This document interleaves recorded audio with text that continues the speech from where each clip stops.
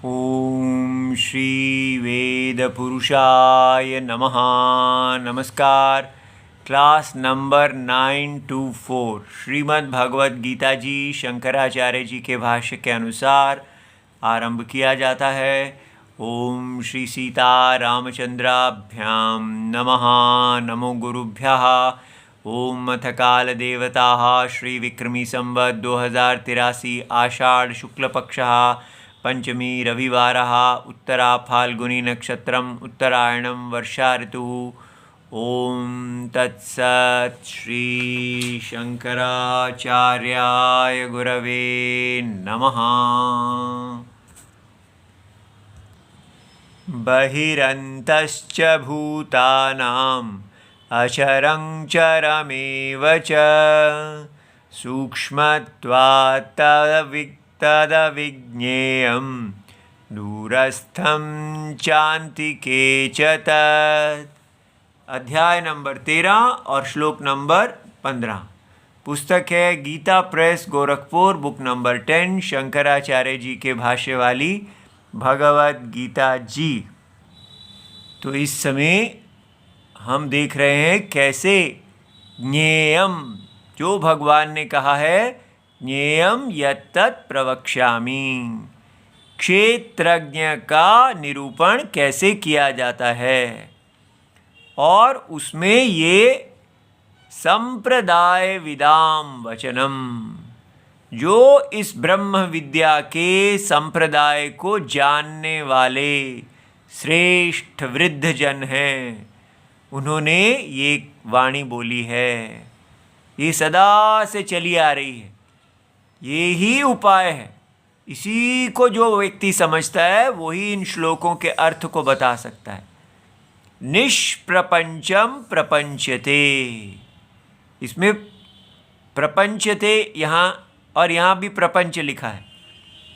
तो प्रपंचते का अर्थ है उसका विस्तार किया जाता है, माने उसका बोध कराया जाता है।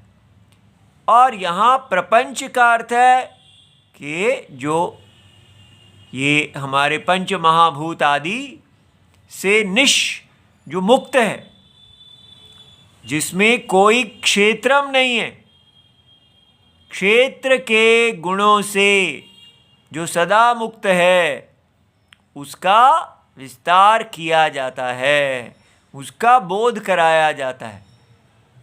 ठीक है, तो ये आपको प्रपंचते का अर्थ समझ में आया। प्रपंचते का मतलब विस्तार किया जाना। और यहाँ प्रपंच लिखा है, माने 5 जो महाभूत हैं उनकी सृष्टि। तो सारी सृष्टि से विलक्षण है, जो निष्प्रपंच है, माने उसमें सारी सृष्टि का कोई गुण नहीं है। उसको कैसे कहा जाता है? उसको कहने का उपाय है अध्यारोप अपवादाभ्याम। वही सृष्टि के गुण पहले उस पे डाल दो और फिर उन्हीं गुणों को आप अपवाद कर दो। ठीक है, इसको कहते हैं सुपर इम्पोजिशन, अध्यारोप। अपवाद माने नेगेशन। पहले आप उस पे गुण डालो और फिर हटा दो। अब ये बड़ा विचित्र है भाई, ये क्या तरीका है? तो यही हम यहाँ देख रहे हैं।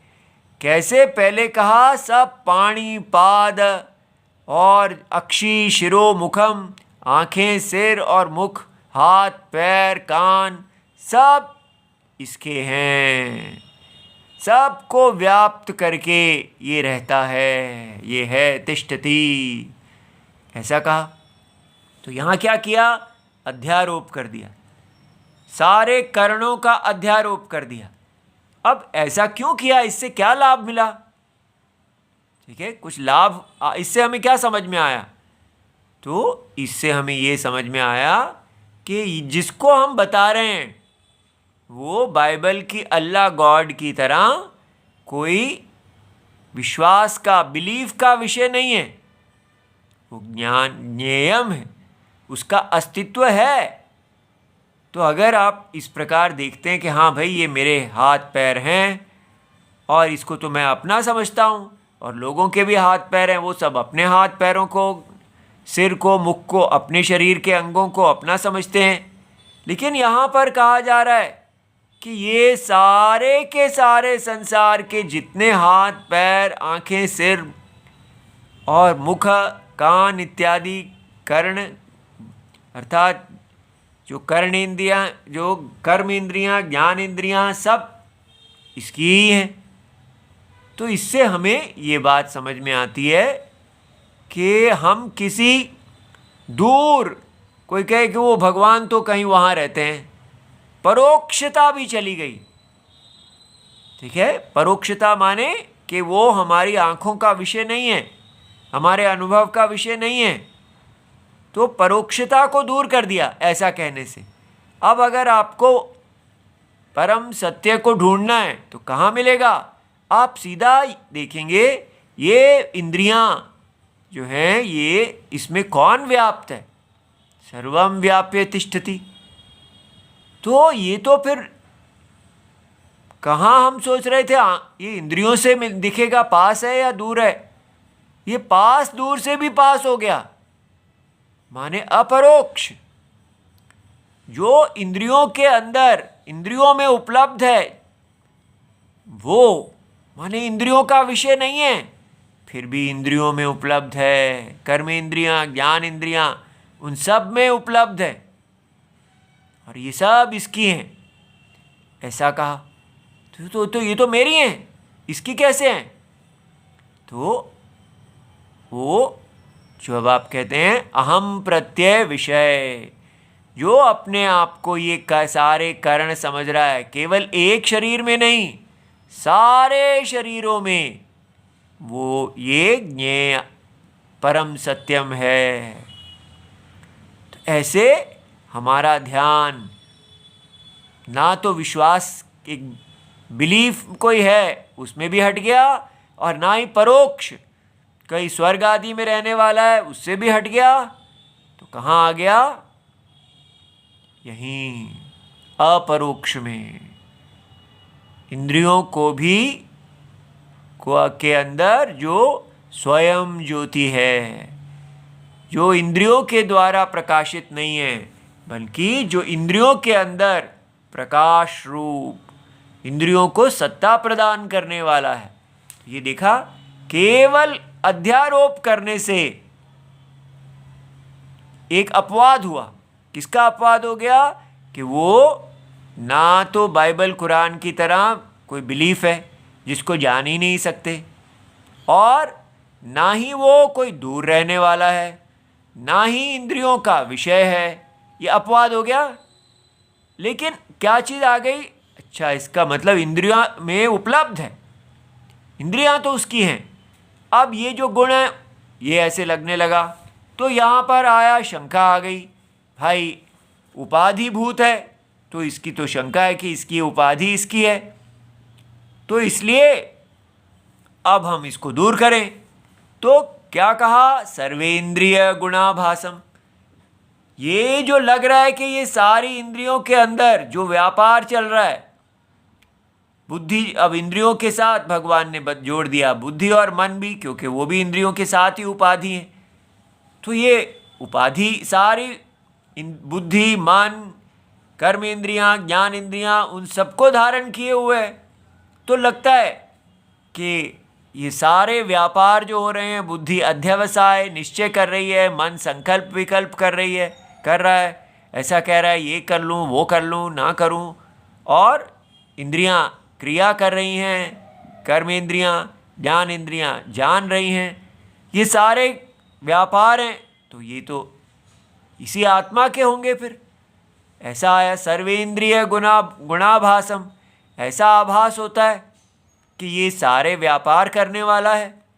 तो उसको दूर करने के लिए क्या कहा? सर्वेंद्रिय विवर्जितम। अपवाद वाक्य आ गया कि उसकी तो कोई इंद्रियां है ही नहीं। तो भाई ये ऐसा क्या? क्योंकि पहले परोक्षता दूर की तो आ गया कि तो फिर इंद्रियां, सारी इंद्रिय उपाधि उसकी हैं, तो अब उसकी भी सफाई कर दी। नहीं, वो केवल इंद्रियों में उपलब्ध है, इंद्रियों का सद्रूप है, वो इंद्रियां भी नहीं है। ठीक है, तो वो इसलिए कहा वो जैसे अंधे को मणि प्राप्त हुई, माने वो इंद्रियों का नहीं होने वाले तो अंधा है ना, ना अंधा भी नहीं है क्योंकि उसको मणि प्राप्त हुई, ऐसा कहा। तो क्या हुआ? चेतन है, स्वयं ज्योति है, इंद्रियां नहीं होने पर भी वो जानता है, ज्ञान स्वरूप है। ऐसे करके बोध करा रहे हैं। फिर क्या कहा? असक्तम, तो शक्ति उसका किसी भी इंद्रियों के साथ, जब इंद्रियां ही नहीं है तो इंद्रियों के विषयों के साथ कोई संबंध ही नहीं है, तो उसमें कोई भी शक्ति इंद्रियों के विषयों में नहीं है। निर्लेप, असंग, सदा असंग रहने वाला। अब आप देख रहे हैं, ये सारों पर विचार करने से ही हमारे अंदर कैसे अमानित्व आदि गुण सहज रूप से चले आ रहे हैं कि आत्मा जो है उसमें कोई मान नहीं है। ठीक है, वो सब वास्तव में आत्मा का ही स्वरूप है। ये नहीं कि जीव रहते हुए हम मान रहित हो जाएं, वो गलत तरीका पढ़ने का। यहाँ आपने क्षेत्र और क्षेत्रज्ञ का विवेक करना है।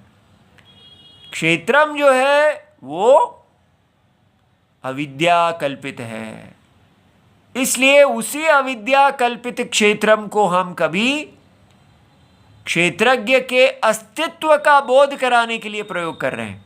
तब हम कहते हैं ये क्षेत्रम में ये उपलब्ध है, ये इसका ही है, और फिर हम उस क्षेत्र के गुणों का बाधित कर देते हैं।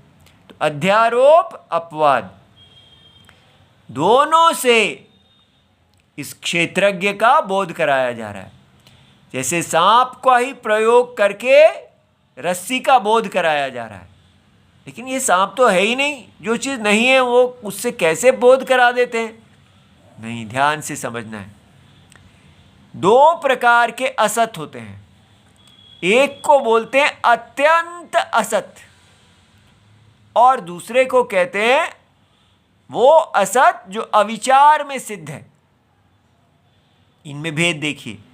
जैसे कहा जाए गगन पुष्प, गगन के में जो पुष्प हैं, अब कहीं वे गगन में तो कोई पुष्प है ही नहीं। ठीक है, तो गगन के पुष्प आप अपने बालों में डाल लीजिए, कैसे डालेंगे? इसका तो व्यवहार हो ही नहीं सकता। तो इसको बोलते हैं अत्यंत असत, जिसका कोई आपको कोई दिखता ही नहीं है, गगन में पुष्प नहीं दिखते हैं, तो ये बिल्कुल असत है। लेकिन अगर कहा जाए वो सांप रज्जू में अज्ञान के कारण जिस किसी को दिख रहा है, अब दोनों असत हैं, गगन पुष्प भी नहीं है और वो रस्सी में सांप भी नहीं है, लेकिन रस्सी में दिखने वाला सांप अविचार दशा में सिद्ध है, अविचार दशा में है और विचार दशा में नहीं है। ये बात समझ में आया?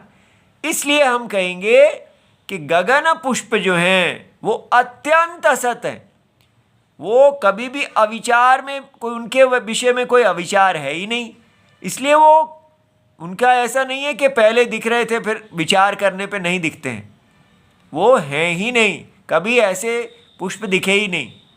लेकिन रस्सी में दिखने वाला जो सांप है वो अविचार दशा में है और विचार दशा में नहीं है।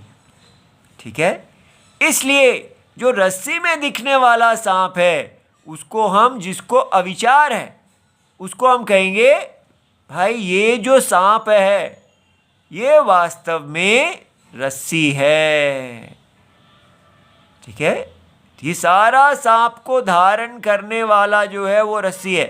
तो रस्सी पे हमने सांप को धारण करने वाला गुण डाला ताकि आपको समझ में आए कि सांप के अंदर जो अस्तित्व है वो रस्सी का है, उसको जो धारण कर रहा है वो इससे व्याप्त है, सारे सांप को व्याप्त करता हुआ वो रस्सी अंदर है, ऐसा कहा। फिर जब समझ में आ जाएगा तो कहेंगे कोई सांप नहीं है, कोई धारण करना गुण नहीं है, ऐसा। तो अध्यारोप अपवाद, ये बात समझ में आई। कैसे अविचारित सिद्ध, जो चीज़, ये वाक्य सीख लीजिए, अविचारित सिद्ध, ये लाइन सुरेश्वराचार्य जी ने बनाई हुई है।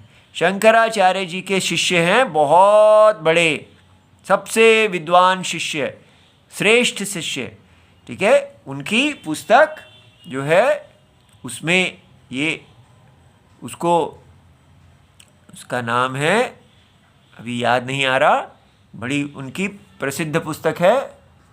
ये उनकी पुस्तक का नाम है नैष्कर्म्य सिद्धि। इस पुस्तक में वो ये अविचारित सिद्ध इस वाक्य का प्रयोग करते हैं। तो इससे बहुत समझ में आ जाता है कि कैसे, जब हम कहते हैं ये तो है ही नहीं ये संसार, तो बड़ा मुश्किल लगता है, भाई है तो आप ऐसा क्यों कह रहे हैं। तो जब ये वाक्य हमें मिल जाता है, अविचार में है और विचार में नहीं है, तो बड़ा एक शांति हो जाती है। हाँ भाई ये ठीक है कि अगर हम कह रहे हैं तो इसका मतलब अविचार दशा में है और विचार दशा में नहीं है, ठीक है। तो इसका क्या मतलब हुआ कि जैसे ही आप विचार करते हैं तब नहीं है, और अगर विचार नहीं करते हैं तो है। तो इस प्रकार ये सारा जो विद्या देना, अविचार को दूर करना, ये सब अविचार दशा में है। सारा व्यापार अविचार दशा में हो रहा है। विचार कर जाने पर केवल नैष्कर्म्य, कोई क्रिया, न ज्ञान क्रिया न कर्म इत्यादि कुछ नहीं है। तो ये निष्कर्मता को बताता है, ठीक है। अच्छा जी, तो इस प्रकार आत्मा को असक्त बताया, सर्वभृच्च, और ये सारे संसार को धारण करने वाला है। कितनी बड़ी बात कि सारा जगत को धारण कर रहा है। तो ये कैसे धारण कर लेता है? अब हम देखते हैं, कृष्ण जी जो हैं वो सारे के सारे गोवर्धन जी को धारण करते हैं, अपनी एक उंगली पर उठा लेते हैं, तो हम उनको गोवर्धनधारी कहते हैं। लेकिन उसमें तात्पर्य क्या है? तात्पर्य यही है कि ऐसे ये सारा जगत गोवर्धन जी हैं और उसको धारण करने वाले श्री कृष्ण हैं, ठीक है। लेकिन ये तो ये क्या ऐसे ही ये पूरे जगत को भगवान ने उठा रखा है अपनी उंगली पर? उसका मतलब उंगली का मतलब होता है बिना किसी आयास के। कृष्ण जी ने जब उसको उठाया तो उनको इतना थकान नहीं हो रही है, बिल्कुल थके ही नहीं। क्यों? क्योंकि ये अविद्या कल्पित गोवर्धन है, ठीक है। ये कल्पना, इसलिए भगवान सदरूप हैं और सदरूप ने एक अविद्या कल्पित इस सारे संसार को धारण किया हुआ है। तो करते हुए भी नहीं किया हुआ है, इसको कहते हैं अध्यारोप अपवाद। पहले कहा किया हुआ है, फिर कहा नहीं किया हुआ है, ठीक है। यहाँ तक हमने कल देखा था। अब ये दो बचे थे, निर्गुणम गुणभोक्तृ च। इसका भाष्य देखते हैं। अब शंकराचार्य जी कहते हैं स्यात् इदं च अन्यत् ज्ञेयस्य सत्व अधिगम द्वारम। तो अभी तो इंद्रियों को सारे को धारण करते हैं, फिर कहा नहीं करते हैं। इस प्रकार जो जानने योग्य क्षेत्रज्ञ हैं उनका बोध कराया। अब उसको कहा उसी को कराने का एक और उपाय है, ठीक है। तो अन्यत् ज्ञेयस्य सत्व अधिगम द्वारम, एक और द्वार है जिसके द्वारा हम इनको दर्शन करा सकते हैं आपको। तो ये देख रहे हैं कैसे उपाधि, अविद्या कल्पित उपाधि को ही एक खिड़की, एक द्वार, एक दरवाज़ा, एक द्वार बनाया है और उस द्वार में आप भगवान को देख रहे हैं। तो कहा निर्गुणम। तो निर्गुणम कहने से क्या हुआ? सत्व, रजस तमांसी। ये जो माया के 3 गुण हैं, माया क्या था, याद आ गया कि भगवान ने कहा मेरी 2 प्रकृतियां हैं, ठीक है, एक क्षेत्रम एक क्षेत्रज्ञ। तो क्षेत्रम जो है उसको अगर आप सत्व रजस तमस कहें, माया का निर्मित, तो ये क्षेत्रम सत्व रजस तमस 3 गुणों गुणाः तैहि वर्जितम। अब उस सारी बातें अभी तक हम क्षेत्र को इंद्रियां, मन, बुद्धि आदि कह रहे थे, लेकिन वो माया के गुणों के रूप में अगर हम कहते हैं तो कहेंगे निर्गुणम, ठीक है। तो याद रहे, शास्त्र में जब भगवान को निर्गुण कहते हैं तो गुण का मतलब ये नहीं कि उनके अंदर वो तो गुण ही नहीं है, गुणहीन है। यहाँ गुणहीनता, योग्यता इत्यादि नहीं होता, इसका मतलब है माया के 3 गुण। तैहि वर्जितम तज्ञेयम। तो भगवान तीनों गुणों को धारण करते हुए, क्षेत्रम जो उसको धारण करते हुए भी निर्गुण है, इसी के कारण वो असंसारी हैं। ये इससे जो शरीर बनता है और उसमें मोह, इंद्रिय, सब जो कुछ भी है, बार बार जन्म मृत्यु आदि सब त्रिगुणात्मिका माया है। देखो इतना बड़ा जो कुछ भी दिख रहा है, वेद इत्यादि सारे लोक सब त्रिगुणात्मिका माया है। इस त्रिगुणात्मिका माया, क्योंकि ये अविद्या कल्पित है, इस कल्पित माया से सदा मुक्त। देखो भगवान को ये माया क्यों नहीं पकड़ती, वो क्यों इससे निर्गुण रहते हैं। इसके अंदर रहते हुए ये नहीं कि मैं दूर रहूंगा, पूरी तरह इस माया को व्याप्त हैं, फिर भी माया इनको स्पर्श नहीं करती। क्यों नहीं करती? भाई उनकी पत्नी है, वो अपने पतिदेव को कुछ नहीं कहती। पत्नी का मतलब वो उनकी शक्ति है, अविद्या कल्पित, अनन्य, ठीक है। तो ये पति पत्नी बहुत जादू के मत पति पत्नी हैं, ये कभी अपने एक दूसरे से अन्य होते ही नहीं हैं। तो भगवान अपनी माया से अन्य क्यों नहीं होते?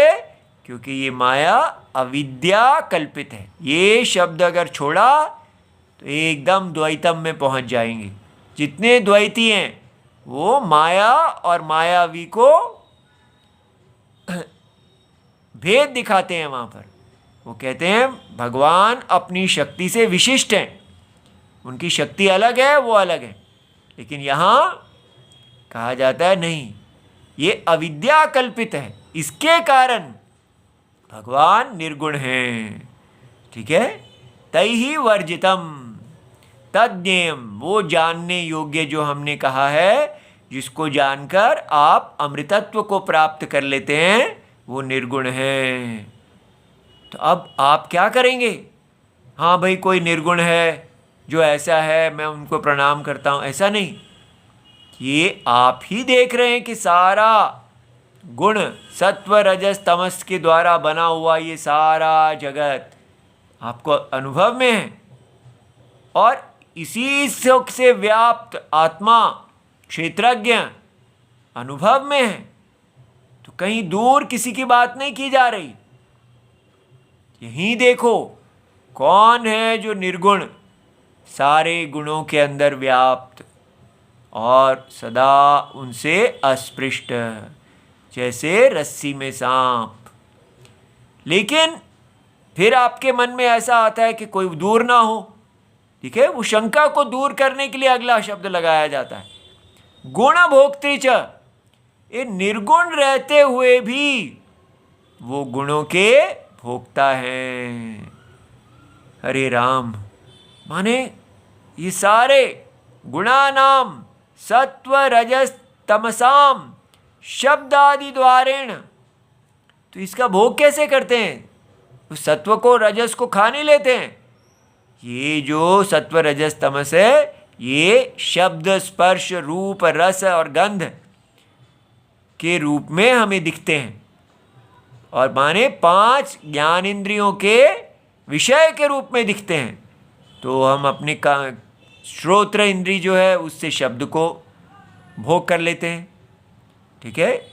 और त्वचा इंद्री से स्पर्श का भोग करते हैं, चक्षु इंद्री से रूप का भोग करते हैं, जिह्वा से रस का भोग करते हैं, और नासिका से की इंद्री से गंध का भोग करते हैं।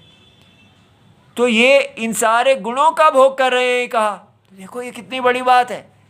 इसका मतलब जब हम इन सारे शब्द आदि से मोहित हो रहे हैं, अरे ये तो कितने, बस सारे मोह के विषय यही हैं, तो भगवान इन सब में रहते हुए, इन सब का भोग करते हुए वो निर्गुण ही रहते हैं। तो शब्द आदि को जब वो ग्रहण करते हैं तो क्या आता है? सुख और दुख। वो हमें सुख और दुख के हेतु लगते हैं। मोह उनके प्रति मोहाकार परिणिता नाम, लगता है कि ये हमें मिल जाए, ये दूर हो जाए, ठीक है, उन सब के प्रति हम मोहित हो जाते हैं। भोक्तृ, भोक्तृ का मतलब च उपलब्ध, वो सारे को भगवान ही उपलब्ध कर रहे हैं।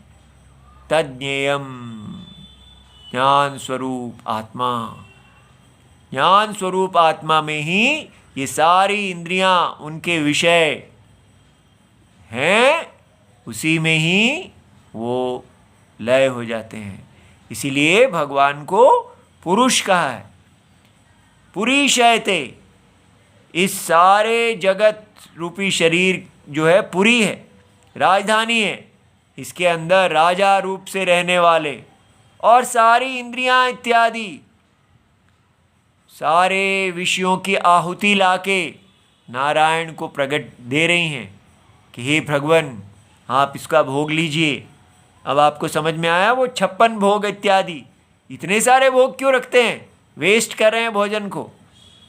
ये भगवान के 56 का मतलब अनंत भोग, सारा के सारे जगत का जितना भी भोग है, गुण भोक्त्री कहने से, क्योंकि सारा भोग गुण रूप है, वो सब नारायण का ही है। तो हमारा आप और नारायण में अभेद है। अपने आप को भगवान से अन्य ना देखिए कि जगत की आत्मा ही हर देह में रहने वाले हैं। इसलिए ये मत कहिए कि भगवान को भोग मिल रहा है, मुझे नहीं मिल रहा, ठीक है। आपके देह में नारायण ही वास करते हैं। आपकी कहानी भगवान की कहानी के अंदर है, ठीक है। इस प्रकार ये बताया गया। अब आज का श्लोक हमने देखना था, तो उसमें क्या है कहा, और क्या, अभी रुके नहीं हैं।